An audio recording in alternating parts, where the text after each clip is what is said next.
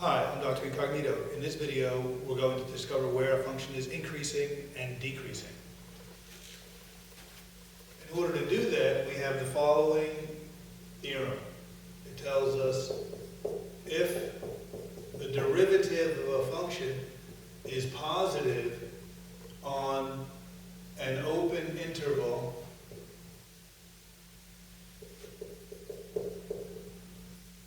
we'll call the open interval I, then the function is increasing on the interval.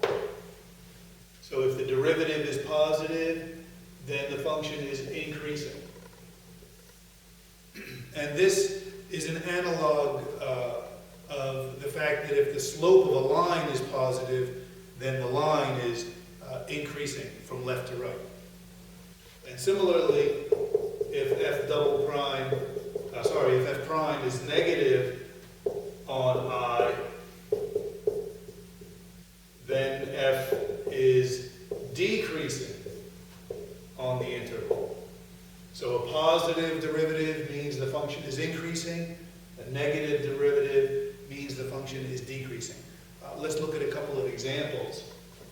In the first example, let's take a cubic polynomial, 2x cubed plus 3x squared minus 36x plus 2. And let's take the derivative. We want to know where is f increasing,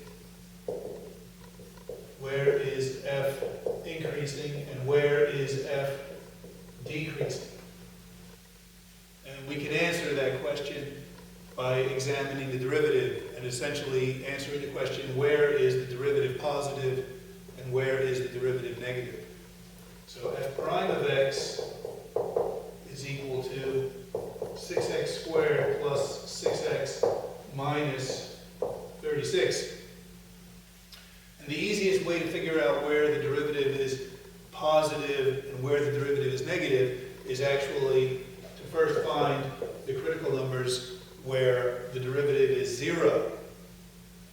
So if we solve this equation, then we can factor out a 6, and then we have the resulting polynomial quadratic, which factors into x plus 3 times x minus 2. Two numbers that multiply together to give negative 6 and add together to give 1. So then using the zero products principle, this quantity equals 0 implies that one of the factors is 0. 6 is not 0, so x plus 3 equals 0, or x minus 2 equals 0. And the first equation gives us x equals negative 3, and the second equation gives us x equals 2. These are the critical numbers, and we can use those. If we take the real number line and we place these two numbers, negative 3 and 2, on the real number line, and we see that these two numbers break the line into 3 intervals. The interval from minus infinity to minus 3, the interval from minus 3 to 2, and the interval from 2 to infinity. The derivative is not 0 on any of these intervals because it is 0 at these transition points. So on each of these intervals, f prime is going to be either positive or negative on the entire interval. So let's figure out whether f prime is positive or negative on this interval. What we will do is plug in a number that's in this interval, like negative 4. We'll plug that into the derivative to test to see if f prime is positive or negative on this interval. So here is f prime. If we put negative 4 in, we have a positive times a negative times a negative, and that's going to be a positive. So f prime is going to be positive on the entire interval here from negative infinity to negative 3, which means that f is increasing on the interval negative infinity to negative 3. And I'll draw this line like that to indicate that the curve is increasing. Between -3 and 2, we can put 0 in. We can check f prime of 0. This format might be easiest there. If you put 0 in for x, you get -36. We don't need the value -36, but we need the fact that it's negative. F prime of 0 is negative, which means that f is decreasing on the interval -3 to 2. So our curve is increasing from -infinity to -3, and then it decreases from -3 to 2. And from 2 to infinity, if we try, say, x equals 3, f prime of 3, if we go back to this form of f prime, it's going to be 6 times 1.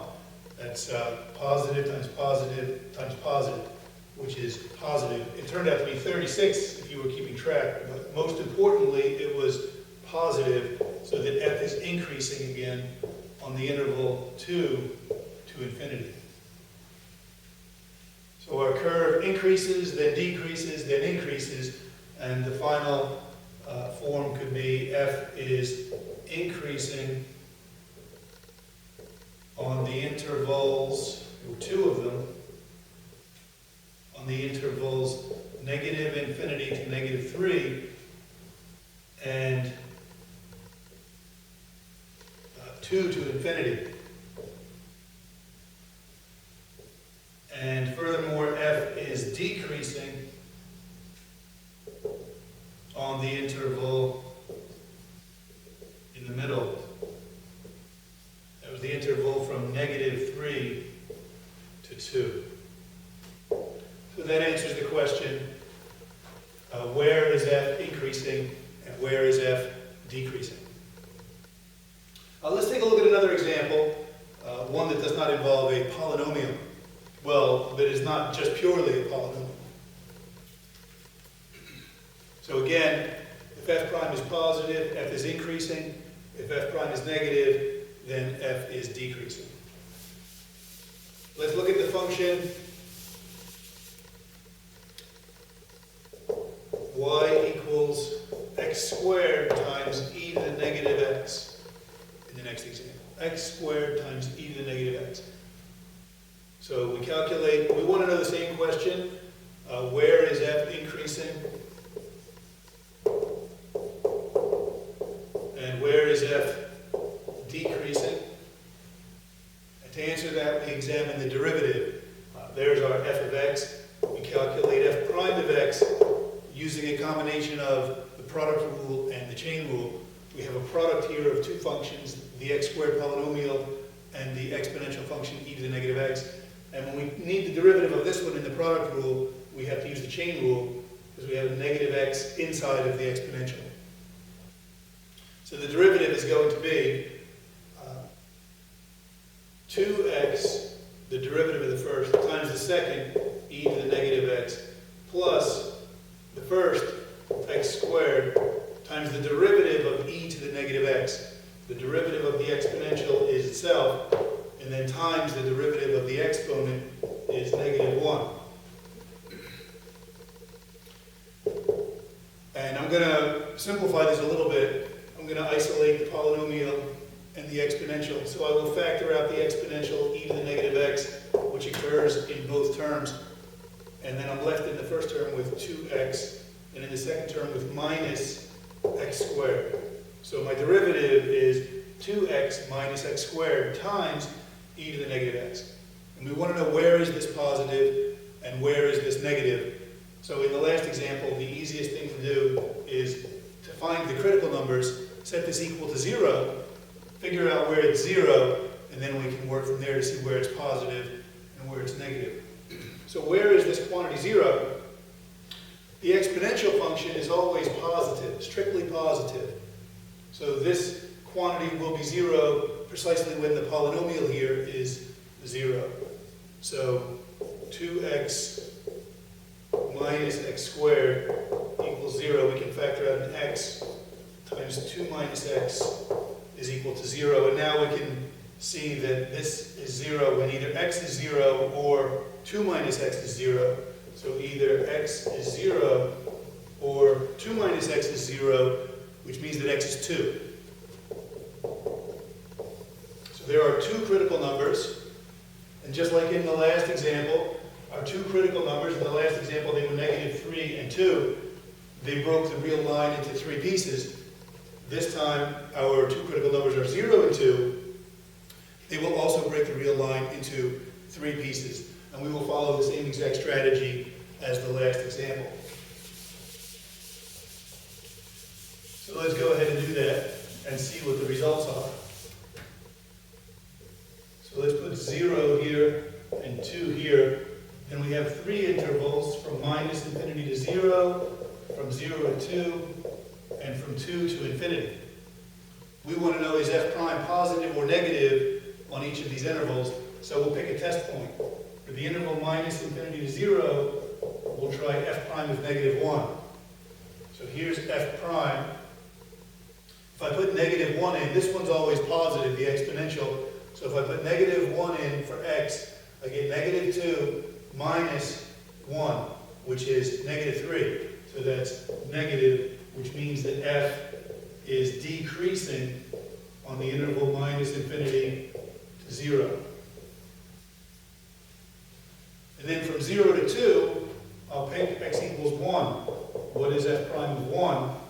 If I put 1 in, again the exponential is positive, so I have 2 minus 1, which is 1, that's positive. So f prime of 1 is positive, which means that f is increasing on the interval 0 to 2. And finally, for the interval from 2 to infinity, we will pick 3 as our test point. F prime of 3, 6 minus 9 is negative 3, so that's going to be negative, which means that f is decreasing on the interval from 2 to infinity. So if when decreasing, increasing, decreasing,